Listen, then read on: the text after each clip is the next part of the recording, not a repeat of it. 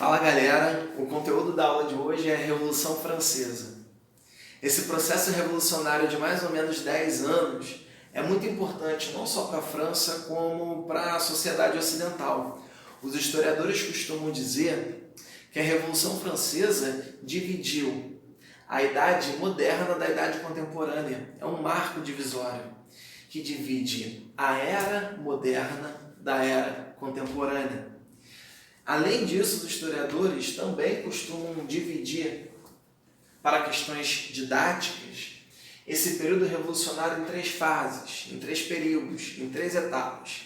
A primeira etapa seria a Assembleia Nacional Constituinte, que vai de 1789 a 1792.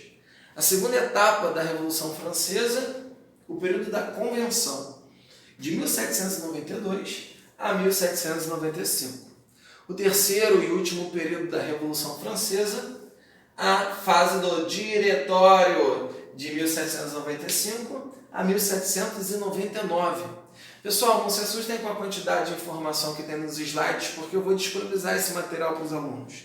Então, depois vai ser possível você observar os slides enquanto escutam a minha explicação. Vamos continuar, pessoal. Antes de eu apresentar para vocês o processo revolucionário em si, ou seja, aquela primeira fase da Assembleia Nacional Constituinte, eu gostaria de apresentar pelo menos 2 das várias causas que explicam a existência da Revolução Francesa. A primeira e mais importante, na minha opinião, é a grande desigualdade social que existia na França. 97% da sociedade francesa era composta por trabalhadores. E esses trabalhadores eram os únicos que pagavam impostos. E eles pagavam impostos sem receber nada em contrapartida do governo. Inclusive, o governo sustentava o clero e a nobreza com o dinheiro dos trabalhadores. Bem, a maior parte da sociedade estava extremamente insatisfeita por causa dessa desigualdade social. Então, esse é um grande fator. Tinha muita gente querendo que alguma coisa mudasse. Não dava para deixar do jeito que estava. A segunda causa, a segunda circunstância que explica a existência da Revolução Francesa é a crise econômica que estava rolando na França. A França não estava nada bem. Os produtos ingleses estavam vendendo e ganhando mais mercado na Europa do que os produtos franceses. Em falar em Inglaterra, a França perdeu uma guerra contra a Inglaterra no século XVIII, no período pré-revolucionário, que foi a Guerra dos 7 Anos. E se guerra já gera prejuízo, imagina para quem perde a guerra, né? Não é não, pessoal? Então, a França já estava numa crise econômica acentuada, a agricultura não ia bem, os manufaturados não estavam sendo tão bem vendidos quanto os produtos da Inglaterra. A Inglaterra cada vez mais abocanhava o mercado europeu. E isso fez com que o rei tomasse uma grande decisão, que foi, de fato, o pontapé para o período revolucionário. O que o rei pensou, pessoal? O rei da França pré-revolucionária, Luís XVI, imaginou o seguinte: a França está em crise econômica. Como resolver isso? Será que se eu cobrar imposto da nobreza, eu posso sair da crise econômica mais cedo? Porque os nobres não pagam impostos. Então, se eles contribuírem junto com os trabalhadores, eu posso arrecadar mais recursos que faz com que a gente saia do buraco mais cedo. Só que tem um problema: o rei deveria convencer a nobreza. E a nobreza, tradicionalmente, não pagava imposto. E para convencer a nobreza, para tentar forçar a nobreza a pagar imposto, ele convocou a Assembleia dos Estados Gerais. O que é a Assembleia dos Estados Gerais? Os representantes do clero são chamados, os representantes da nobreza são chamados e os representantes dos trabalhadores são chamados para tomar uma decisão. O que o rei tinha posto em jogo para ser decidido por essa Assembleia? Se a nobreza pagaria ou não pagaria imposto. Cada grupo tem direito a um voto. O clero geralmente concordava com a nobreza, e esse era o problema. Os nobres não iriam querer pagar imposto, o pessoal do clero ia concordar com a nobreza e os trabalhadores seriam os únicos que concordariam em dividir as contas da França junto com a nobreza. O rei achou que se os trabalhadores fossem ali representados, de alguma forma ia pressionar o clero ou a nobreza, mas não foi isso que aconteceu. De qualquer forma, a nobreza, foi decidido que a nobreza não deveria pagar impostos junto com os trabalhadores. Mas aí já era tarde demais. A situação estava caótica na França e os trabalhadores decidiram decidir por si só. Eles começaram a querer decidir o futuro da França. O que eles fizeram? Eles fizeram a própria Assembleia.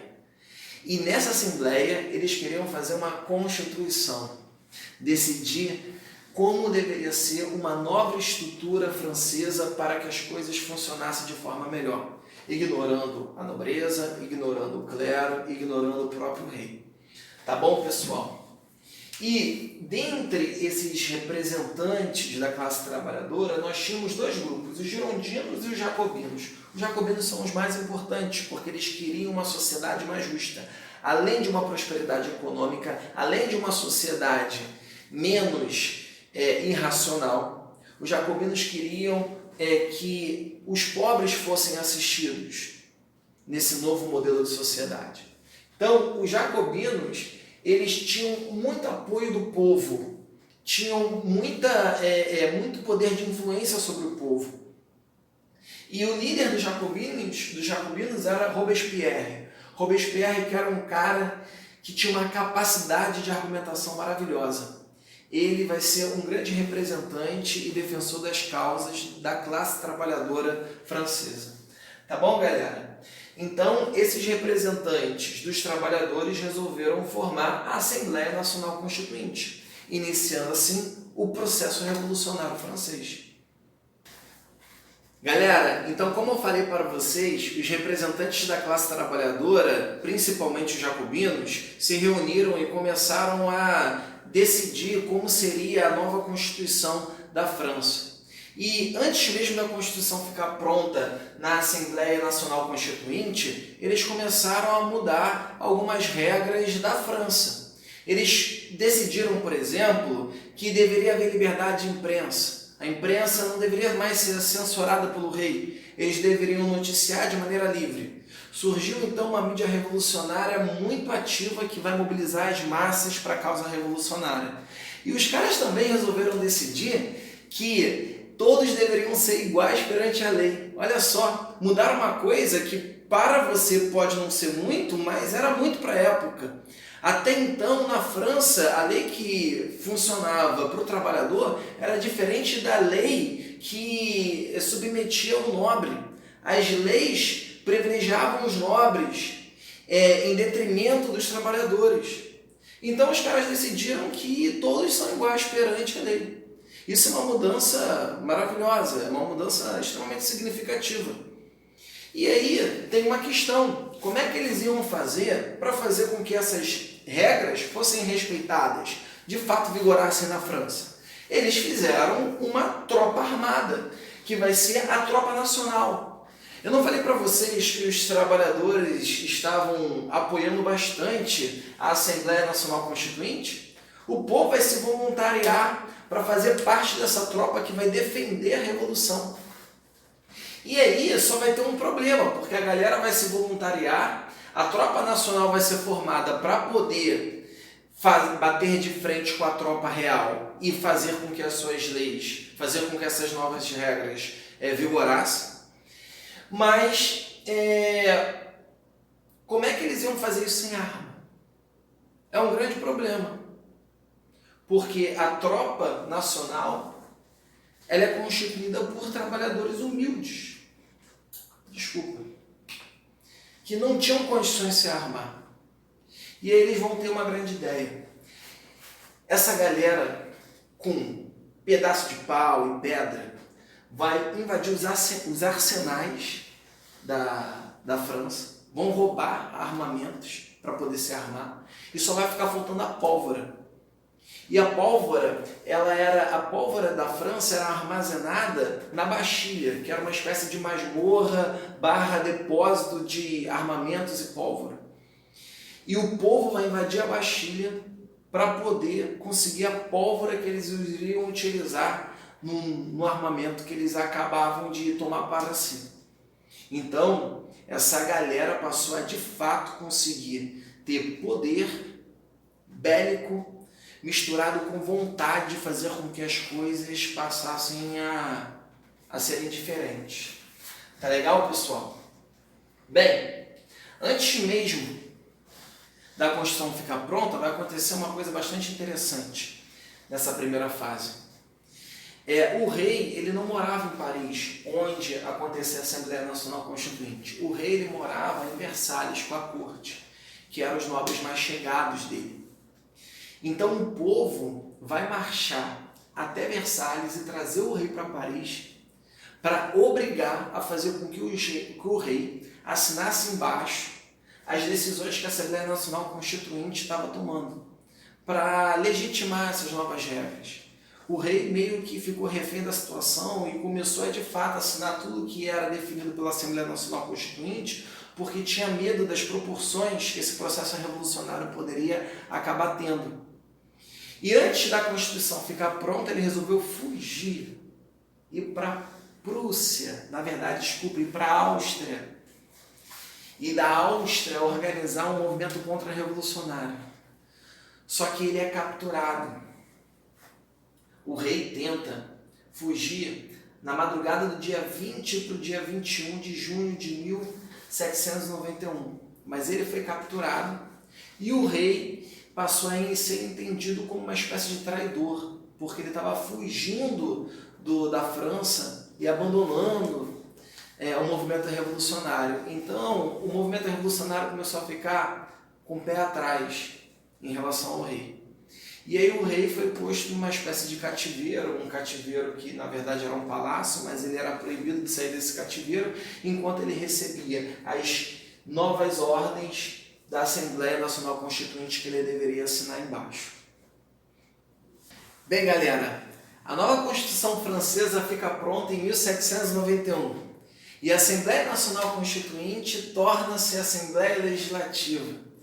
Essa nova Constituição vai decidir que a França deveria ser uma monarquia constitucional. Isso significa que o rei continua tendo poder, mas agora ele tem que respeitar a Constituição, ele não pode mais fazer o que ele quiser. E a Constituição está dizendo que ele tem que dividir o poder político com a Assembleia Legislativa. E na Assembleia Legislativa estão os representantes, estão os representantes dos trabalhadores. A Assembleia Legislativa vai acabar fazendo com que o rei concordasse com uma declaração de guerra contra a Áustria. Isso porque o rei austríaco estava planejando invadir a França para acabar com o movimento revolucionário, então a Assembleia Legislativa vai se antecipar e declarar guerra contra a Áustria antes. Mas como o rei Luís XVI via vantagem na vitória do rei austríaco, ele começou a passar informações privilegiadas por debaixo dos panos para o rei austríaco. Isso vai ser descoberto pela Assembleia Legislativa e o rei vai ser entendido como traidor. Vão decidir o seguinte: a monarquia deveria acabar e a república deveria ser proclamada na França. E foi o que aconteceu. A monarquia acabou, a república foi proclamada na França em 1792 e o nome dessa república, gente, é a Convenção, simplesmente assim. Estamos na segunda fase do período revolucionário. Já como o rei não tem mais poder e inclusive é entendido como criminoso porque traiu a pátria, dando informações para um rival da França revolucionária, o rei ele vai ser condenado e ele vai ser decapitado. Vão botar o rei na guilhotina, vão tirar a cabeça do rei.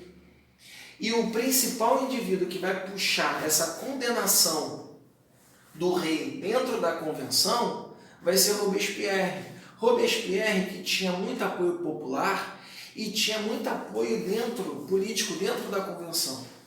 Robespierre vai acabar dando um golpe na convenção e virando ditador da França. Mas aí, a galera que percebeu dentro da convenção que Robespierre estava muito radical, estava perseguindo os opositores e estava mandando matar gente que simplesmente pensava politicamente diferente dele, a própria convenção vai conspirar contra a ditadura de Robespierre e vai aprovar uma nova Constituição, iniciando a terceira fase do período revolucionário francês, que é o Diretório. Uma nova Constituição é aprovada, então a Convenção sai de cena em 1795, porque vai ser exatamente quando vai ser aprovada a nova Constituição, e inicia-se o período do Diretório. Robespierre é entendido como um criminoso pela sua radicalização e pela implementação de uma ditadura na Convenção, e ele mesmo acaba indo para a guilhotina. Porém, os indivíduos que davam apoio a Robespierre, a classe trabalhadora era muito apaixonada pelas ideias de Robespierre e acabou entrando um pouco em oposição ao Diretório,